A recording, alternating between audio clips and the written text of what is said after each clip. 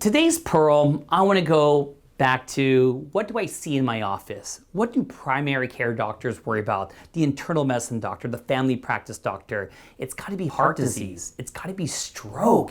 It's so deadly. And of course, when we talk about heart disease and stroke, we always got to know those risk factors. And what do? Whether it's going to be a board exam or talking to my patients, I put them in two broad categories. Is those risk factors going to be modifiable? Meaning, can I change it? Can I intervene with it? And who can tell me some modifiable risk factors? Oh, you got it. Stop smoking.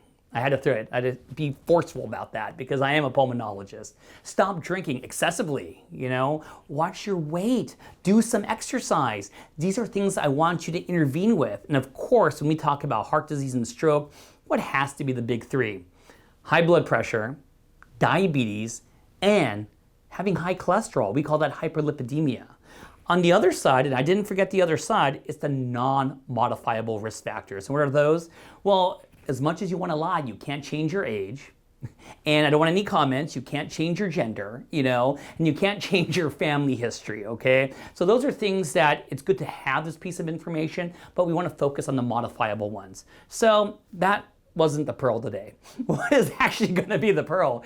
It's going to be talking about cholesterol. And I'll keep it nice and simple, which is going to be when we talk about lipid-lowering medications, there are a bunch of them out there, and I'm not going to focus on gemfibrozol and niacin. I want to focus on the ones that actually have good data, that it lowers your mortality and improves survival. And you know what? There are only 3 lipid-lowering drugs that can do that. So I want to list those out for you. Number 1 has to be what? Man, don't yell so much. Yes, I heard you. It's statin. You're right. It's got to be these HMG, CoA reductase inhibitors, things like atorvastatin, things like rosuvastatin. I agree. And when we use statins, remember, on your boards and as a patient, you want to know those risk factors and you want to know what are the side effects of being on this drug. So when I think of being on statins, think about, I feel a little achy. We call those what? Myalgias. What's another common thing? My right upper quadrant, it's feeling a little tender. You could get maybe a bump in your transaminases, AST and ALT. And of course, ALT being more specific for the liver. And what's going to be 2 other categories of drugs that also have been associated with improved survival in cardiovascular disease? Well, one is called Isomide, brand name Zetia. And how does it work? That's a cholesterol absorption inhibitor. And it only got FDA approved when you give it not as monotherapy, but you combine it with what? A statin. So if you're on a statin and you're not at your goal, you're not where your LDL needs to be, consider adding on ezetimibe because it's oral and simple. Now, the last category of drug is called a PCSK9 inhibitor. Sounds like a robot, doesn't it? So what does this do is that on your liver itself, you have what's called LDL receptors. And you want those receptors there to take up all that bad cholesterol called LDL.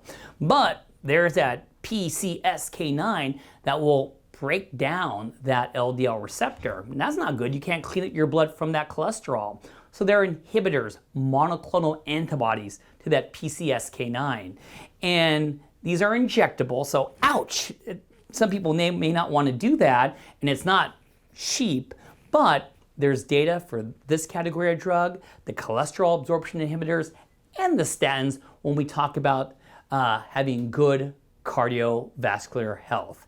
So that was kind of a long Pearl today, but it's worth it because I want you to stay healthy. For more tips, more pearls, please go to my website. What a coincidence. It's also called beyondthepearls.net. And check out my book series, check out my podcast, and I will see you for the next Pearl, hopefully soon.